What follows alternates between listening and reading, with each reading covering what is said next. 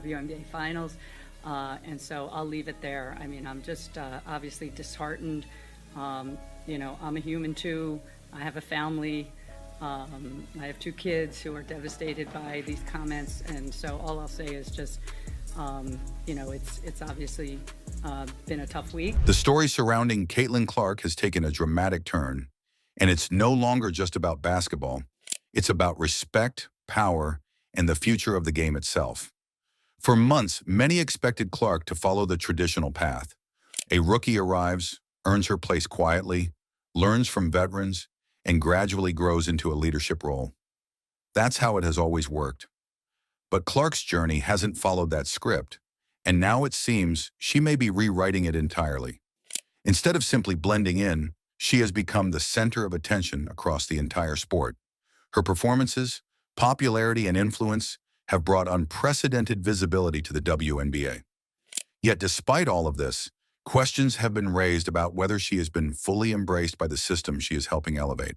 And the situation intensified when she was left off the national team roster for a major international tournament.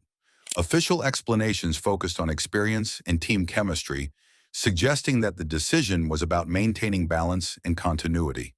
However, for many observers, that reasoning didn't fully explain the absence of one of the most talked about players in basketball. To fans, it felt like more than a basketball decision. It felt symbolic, a message that no matter how much attention or success a new player brings, there are still unwritten rules about hierarchy and timing. Clark, despite her impact, was expected to wait. But the challenges didn't stop there. As the WNBA season unfolded, Clark faced an intense level of physical play. While physicality is a normal part of professional basketball, the consistency and visibility of these moments sparked widespread discussion. Many fans and analysts began to question whether she was being targeted more than most rookies typically are. What made the situation more complicated was the perception that the league's response lacked urgency. Decisions around fouls, discipline, and player protection appeared slower than expected, which led to growing frustration among supporters who felt that one of the league's most valuable players wasn't receiving adequate protection. This tension reached a new level when Kathy Engelbert addressed the situation publicly. In an attempt to frame the growing rivalries and attention around Clark, comparisons were made to historic basketball rivalries, such as those involving Magic Johnson and Larry Bird. While the intention may have been to highlight the positive side of competition and attention, the response was met with criticism. Many felt that it overlooked deeper concerns, including the tone of the discourse surrounding Clark and the intensity of the on-court interactions. Instead of calming the situation, it added fuel to an already growing debate. Even within the basketball community, voices began to emerge emphasizing the need for respect and professionalism. Players like Breanna Stewart and Nafisa Collier spoke about maintaining a positive environment and ensuring that the game remains focused on competition rather than negativity.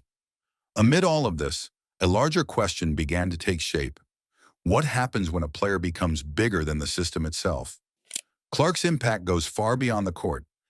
Attendance numbers have risen, television ratings have increased, and overall interest in the league has surged. She represents a new generation of fans, many of whom are engaging with women's basketball for the first time. This creates a unique dynamic. Traditionally, leagues shape players, but in this case, Clark is actively shaping the league. Her style of play, her visibility, and her influence are forcing adjustments at every level, from marketing strategies to on-court tactics. At the same time, there are signs of tension between different generations within the sport. Established veterans have spent years building the league, earning recognition through persistence and dedication. Suddenly, a new player arrives and accelerates the league's growth in ways that took others decades to achieve. Whilst this contrast can create friction, not necessarily out of negativity, but out of the natural challenges that come with change. One of the most fascinating elements of this situation is the role of rivalries. The competition between Clark and players like Angel Reese has captured widespread attention.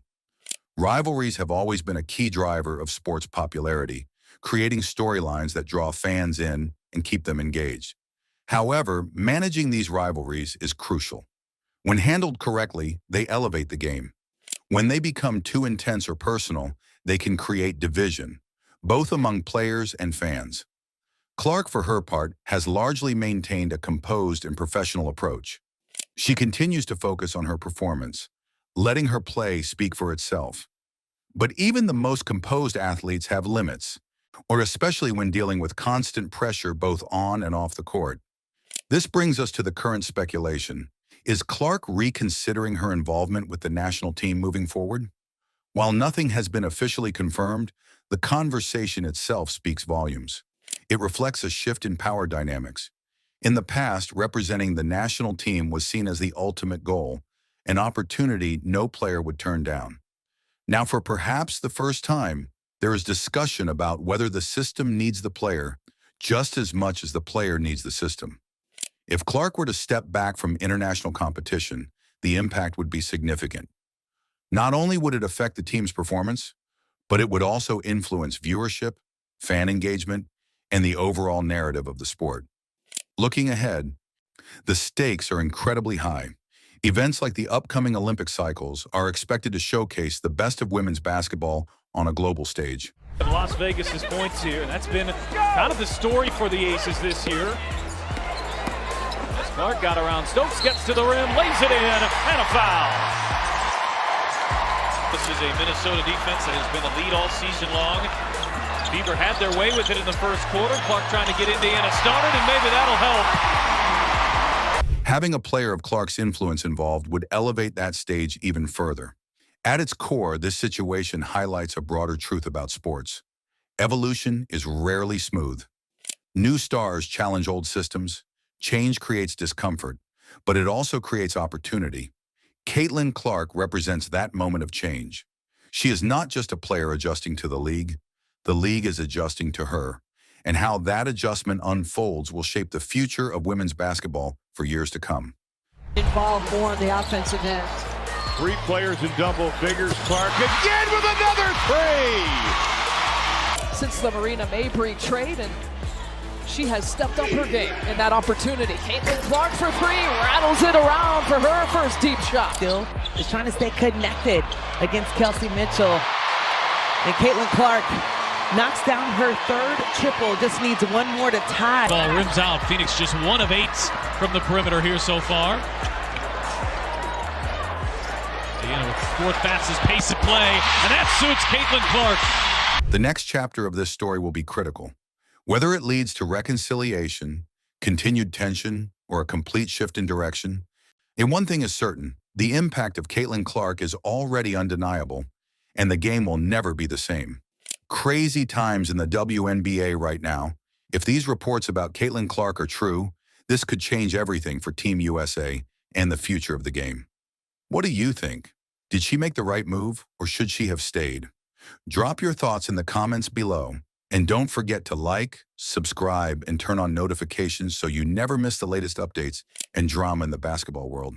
See you in the next video.